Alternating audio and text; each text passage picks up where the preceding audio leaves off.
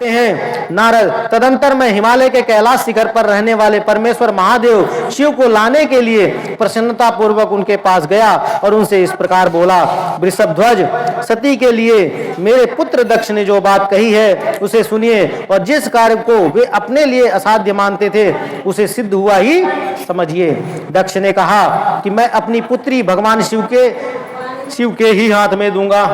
दक्ष ने कहा, भाई दक्ष भी मान गए, ठीक है भाई कोई बात नहीं, ब्रह्मा जी आप आए हैं, आपका सत्कार है और जैसा आप कह रहे हैं कि शिव जी तैयार हैं तो एक काम करो, मैं अपनी जो पुत्री का जो हाथ है वो शिव जी के हाथ में ही दूंगा, क्योंकि उन्हीं के लिए उत्पन्न हुई है, वो तो पहले ही पता है उनको।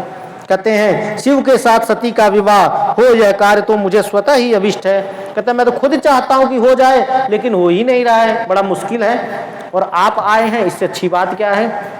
कहते हैं फिर आपके भी कहने से इसका महत्व और अधिक बढ़ जाता है, आप आ रहे हैं तो ये तो और इम्पोर्टेंट बात हो गई कि आपने कहा है, ब्रह्मा जी ने कहा है, मेरी पुत्री ने स्वयं इसी उद्देश्य से भगवान शिव की आराधना की है, मेरी पुत्री तो खुद चाहती है शिव से विवाह हो जाए। और इस समय शिव जी भी मुझसे इसी के विषय में अन्वेषण यानी पूछताछ कर रहे हैं, भोले बाबा भी इसी विषय में पूछताछ कर रहे हैं, तो इसमें पूछने की क्या जरूरत है, हम तो खुद ही तैयार हैं, हमारी पुत्री भी तैयार है और हम चाहते हैं कि हो जाए, इसलिए मुझे अपनी कन्या अवश्य ही भगवान के शिव के हाथ में देनी है, उन्हीं के हाथ में देंगे, हम दूसरे के हाथ में नहीं देंगे।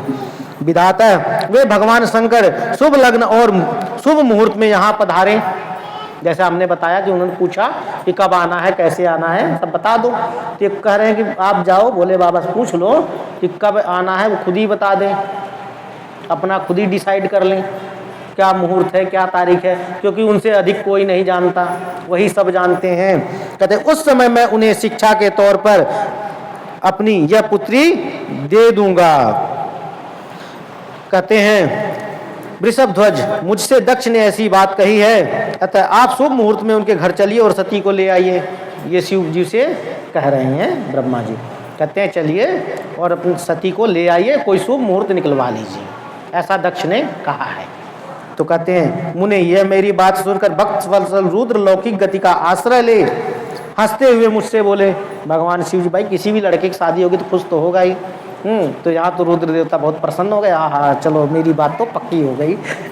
हंसने लगे, बोलने लगे, क्या बोलते हैं, संसार की सृष्टि करने वाले ब्रह्मा जी, मैं तुम्हारे और नारद के साथ ही दक्ष के घर जाऊंगा। कहते हैं मैं तुम्हारे और नारद के साथ ही दक्ष के घर चलूंगा।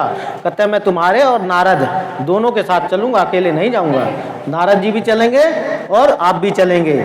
अतः नारद का स्मरण करो, यानी नारद जी को बुलाओ।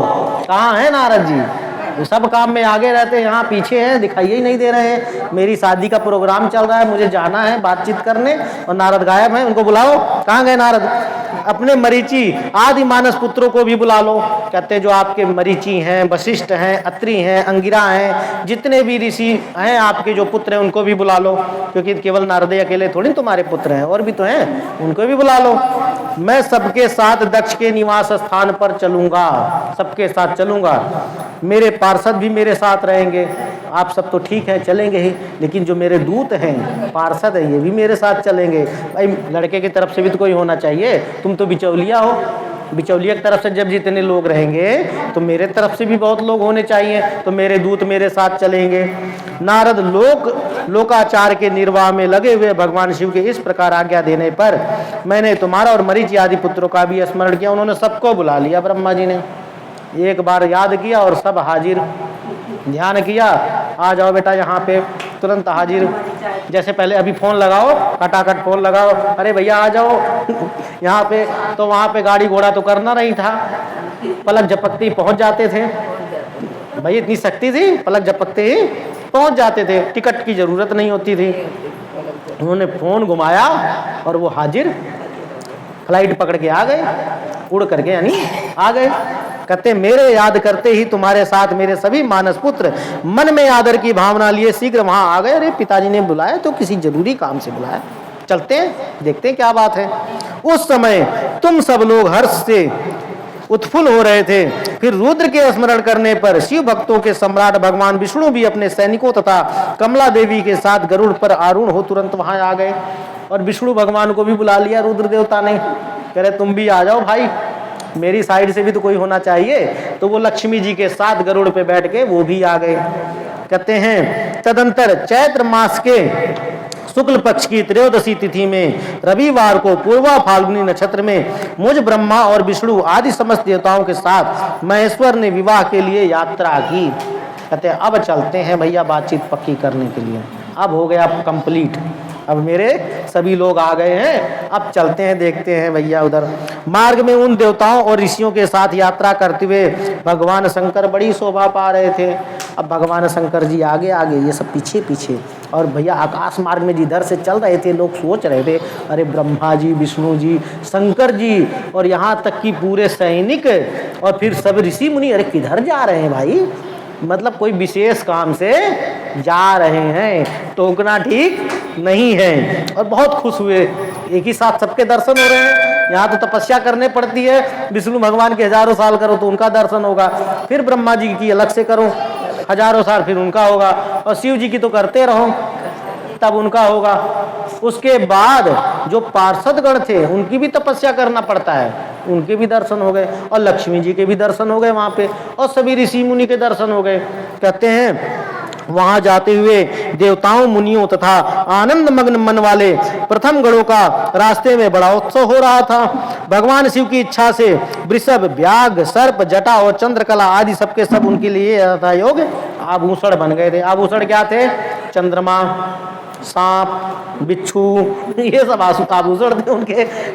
तो तदंतर वेग से चलने वाले बलवान बलिवर्द नंदकेश्वर पर आरूढ़ हुए महादेव जी श्री विष्णु आदि देवताओं को साथ लिए क्षण भर में प्रसन्नता पूर्वक दक्ष के घर जा पहुंचे। क्षण भर में, समय नहीं लगा, क्योंकि खुशी के मारे पागल हो गए थे कि आज तुरंत हमारी शादी हो ही जाएगी, लेट नहीं करना, लेट कर हो सकता है मन बदल जाए, तो मन नहीं बदलना चाहिए, तुरंत पहुंचो।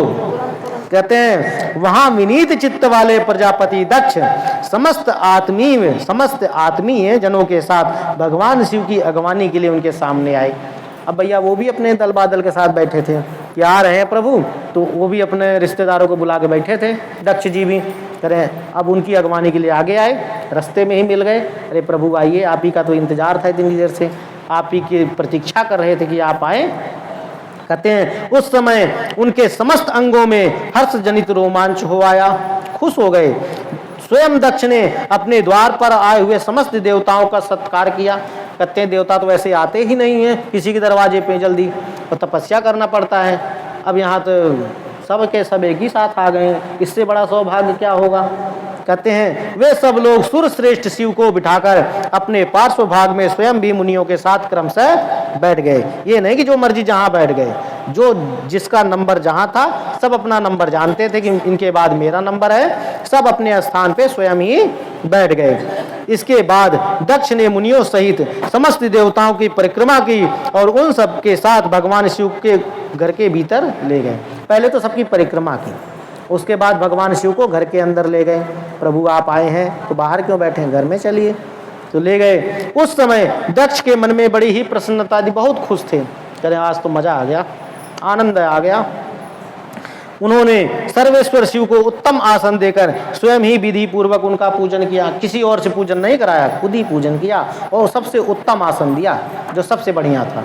कहते हैं तत्पश्चात विष्णु का, मेरा, ब्राह्मणों का, देवताओं का और समस्त ऋषिगणों का भी यथोचित विधि से उत्तम भक्ति भाव के साथ पूजन किया। कहते हैं भोले बाबा का तो किया, उसके बाद फिर विष्णु भगवान का, ब्रह्मा जी का, ऋषियों का, देवताओं का, सबका सिस्टम वाइज जैसे जैसे होता है तो सबका उन्होंने विधि पूर्वक भक्ति भाव से किया। ये नहीं कि फॉर्मेलिटी किया, बड़े विधि विधान से भक्ति भाव से किया। इस तरह पूजनीय पुरुषों तथा अन्य लोगों सहित उन सबका यथोचित आदर सत्कार करके दक्ष ने मेरे मानस पुत्र मरीचि आदि मुनियों के साथ आवश्यक सलाह की। फिर जो ऋषिगण थे उनसे दक्ष ने कुछ सलाह की, कैसे होगा प्रोग्राम, कितने लोग आएंगे, बाजा कौन सा रहेगा, डीजे वाला रहेगा तो हाथ वाला रहेगा तो भाई उसी हिसाब से, और डीजे रहेगा तो कितना दूर तक आवाज़ जाएगी, कितने लोग मतलब आएंगे, गाड़ी कितनी आएगी, व्यवस्था कहाँ खड़ी करने की, पार्किंग की व्यवस्था कहाँ रहेगी, भोजन की व्यवस्था कहाँ रहेगी। तो मतलब ये सब पे चर्चा हुई, सलाह मशवरा हुआ। इसके बाद मेरे पुत्र दक्ष ने मुझ पितामह से मेरे चरणों में प्रणाम करके प्रसन्नता पूर्वक कहा, प्रभु आप ही वैवाहिक कार्य कराएं। फिर दक्ष ने हाथ जोड़कर ब्रह्मा जी से कहा, प्रभु आप ही शादी कराएं, आप ही करा सकते हैं, आप ही पुरोहित बनिए पंडित जी महाराज, और दूसरा कोई इतना ज्ञानी नहीं जो शादी करा पाए। आप